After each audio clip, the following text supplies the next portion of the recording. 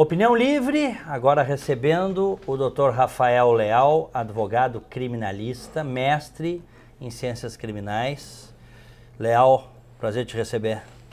Obrigado, Diego. É sempre uma satisfação, tanto aqui como no Rádio Livre. É uma satisfação participar do teu programa, sempre. A gente tem conversado bastante, sobretudo lá no programa da Rádio Bandeirantes, o Rádio Livre, e toda semana tem uma tempestade nova, tá? E normalmente é algo ligado a Lava Jato. Ou seja, a Lava Jato está mostrando as entranhas de um país onde a política é absolutamente podre, putrefata, cancerosa. É uma coisa, talvez, Diego, com a nossa idade, nós somos dos anos 70, nascidos nos anos 70, essa seja, talvez não, com certeza, a maior crise institucional, política, jurídica brasileira. Desde o começo do processo de impeachment, a gente tem um contato quase que semanal, se não no programa Rádio Livre, a gente em redes sociais e tal. A gente vê que o que está acontecendo no Brasil realmente provoca incertezas, inseguranças quanto à própria falência da República. Isso também já foi falado no programa. A gente questiona um Estado tão grave, uma convulsão política, ética, social tão grave, tão intensa, que a gente questiona até mesmo, e eu ouvi hoje um debate também que estavam falando sobre isso, o regime parlamentarista e tal, mas acho que a questão é muito maior, que isso. É muito maior da forma de governo, do regime, do parlamentarismo, do presidencialismo. Eu acho que nós estamos muito mal. E a cada dia nós somos surpreendidos com episódios de escândalos que são absolutamente inacreditáveis. Tu achas, já que tocaste na questão do parlamentarismo, que se a gente colocasse o parlamentarismo hoje no Brasil com voto distrital puro ou misto, boa parte dos problemas será que não terminariam? Ou o brasileiro teria a capacidade, o político brasileiro, de corromper o parlamentarismo? Eu acho que melhoraria parcialmente, e a segunda pergunta também é positiva. Eu acho que o brasileiro tem uma criatividade para burlar as normas do sistema, uma criatividade para o crime impressionante. Esses tempos a gente recebeu um boletim que eu assino, o IBCCRIM, que é o Instituto Brasileiro de Ciências Criminais. Os dados dos crimes no Brasil é uma coisa impressionante. Chegou ao ponto dessa nota do IBCCRIM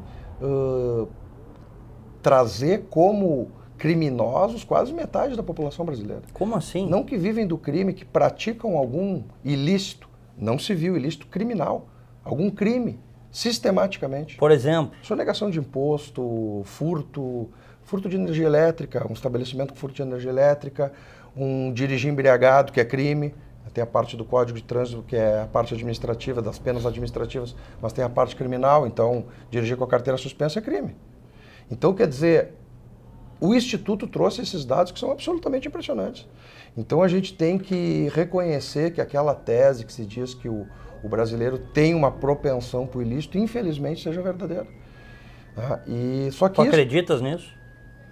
Eu acredito que o povo é mal acostumado, a gente não tem normas rígidas, não tem aplicação.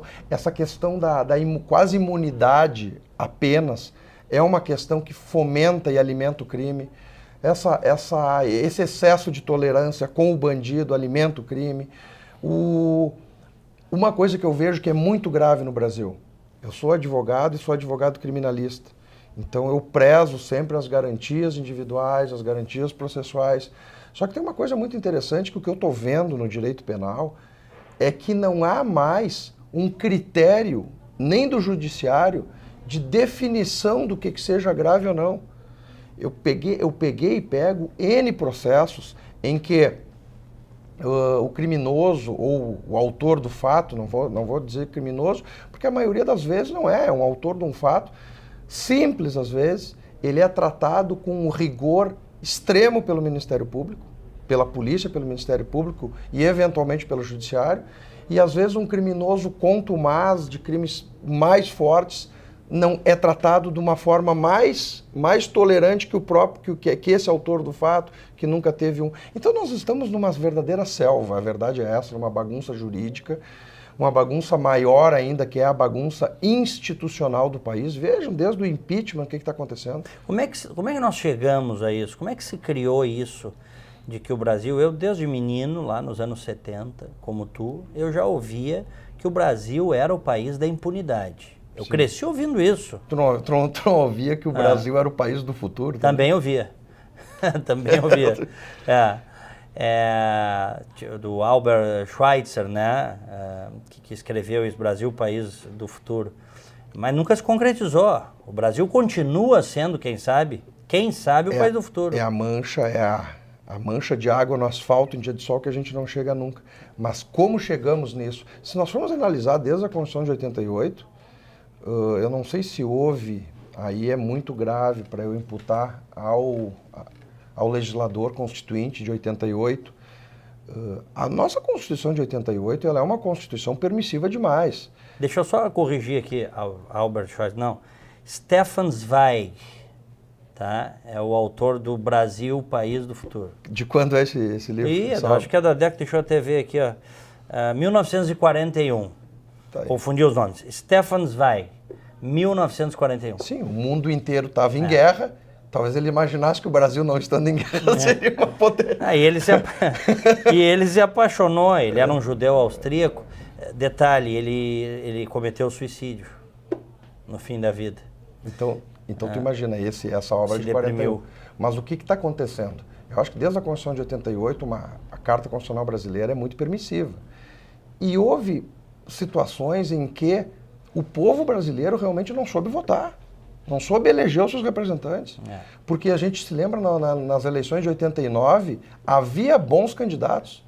Aí para o segundo turno foram Luiz Inácio Lula da Silva e Fernando Collor de Mello.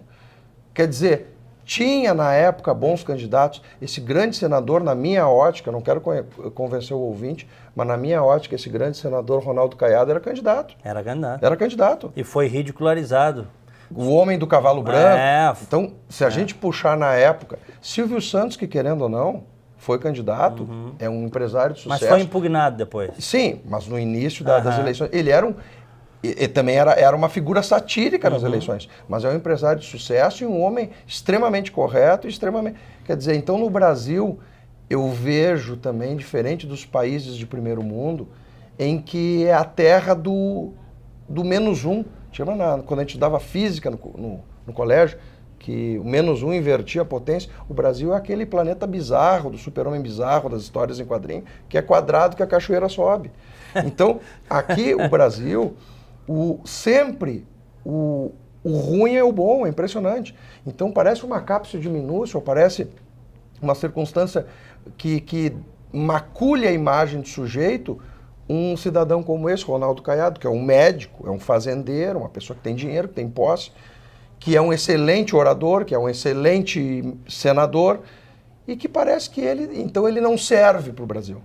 Então ele tem parece que uma mácula por ser tudo que um país de primeiro mundo gostaria de ter, de que ele fosse, e que ele assumisse um cargo eletivo. Então a gente tem esse problema do viralatismo, do coitadismo, da gente ter uma cultura voltada para apreciar o coitadinho.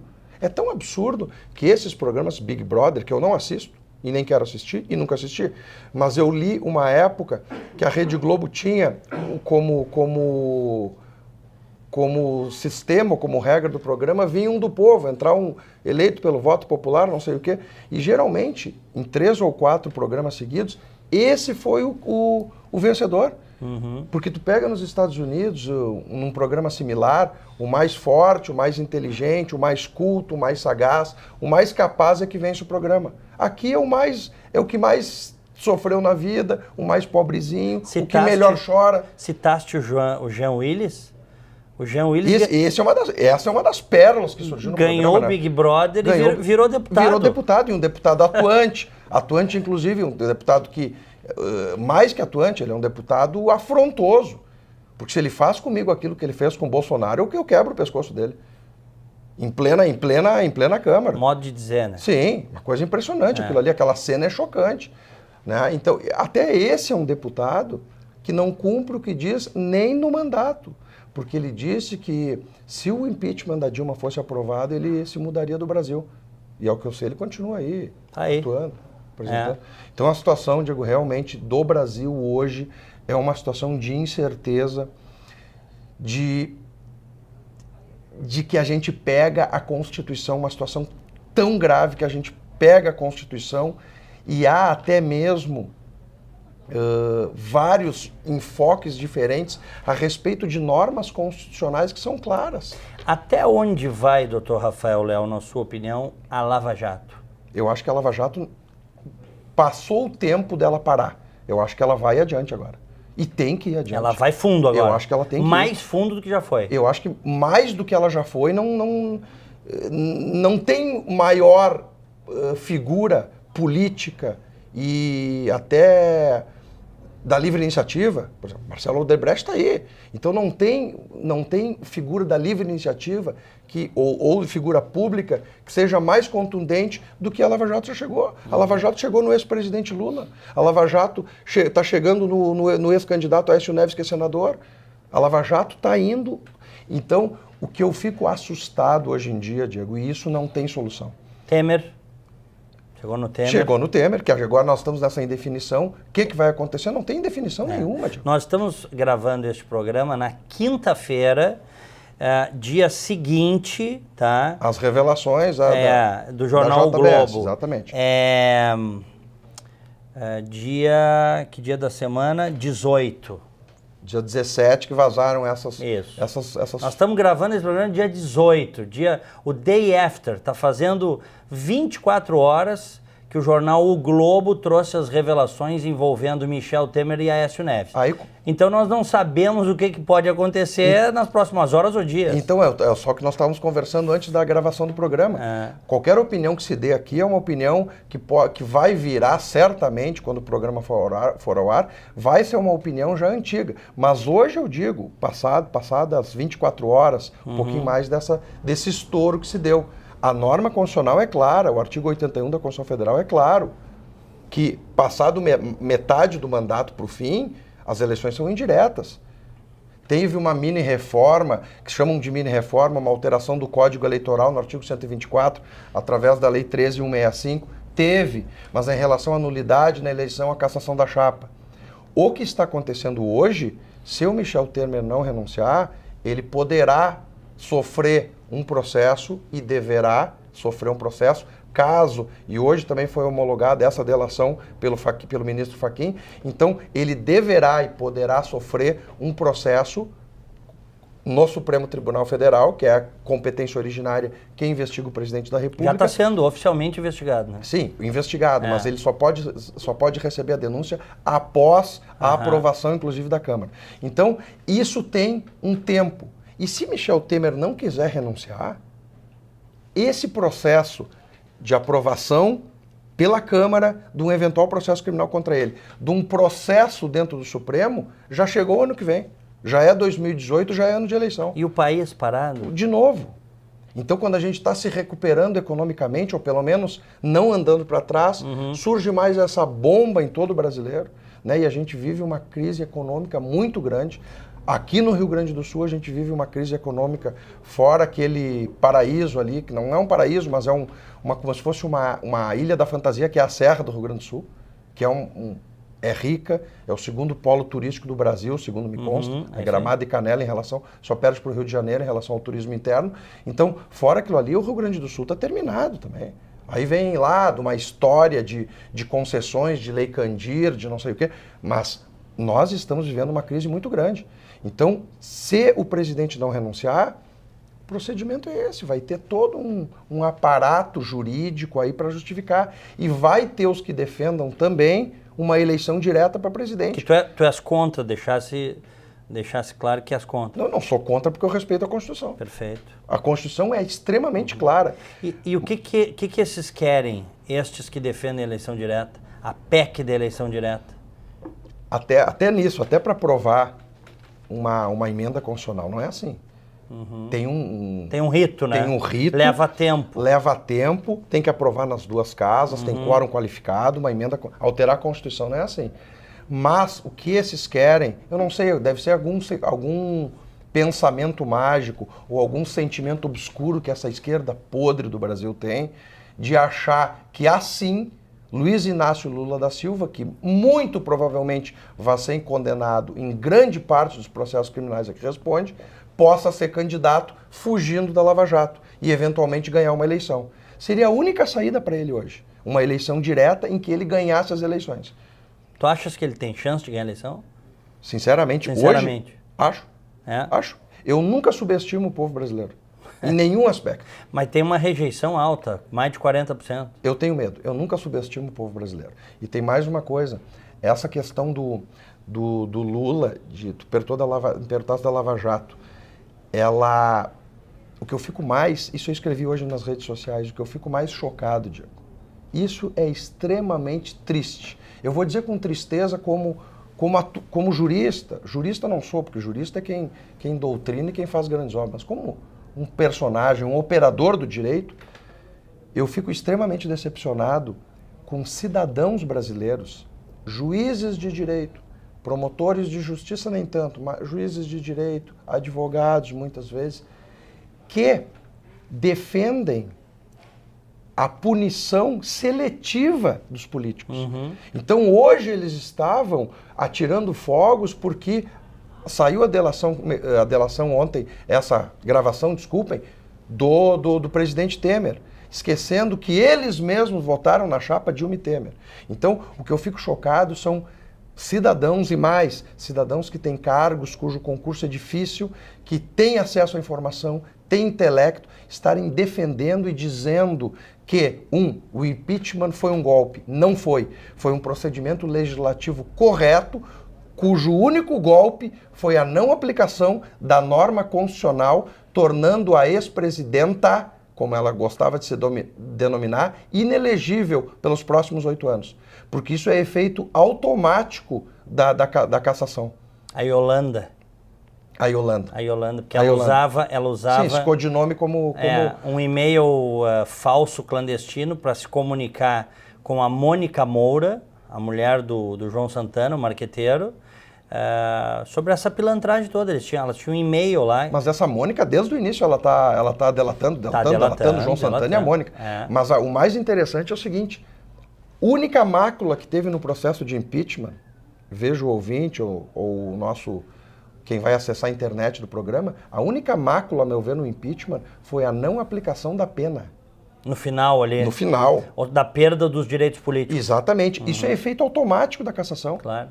Mas aí o Lewandowski, os senadores sugeriram isso, né? E o Lewandowski, como presidente da Suprema Corte, que estava presidindo... Ele presidiu a segunda fase do processo de impeachment. Ele deveria dizer, não, gente, isso não pode. Tá, mas nós estamos...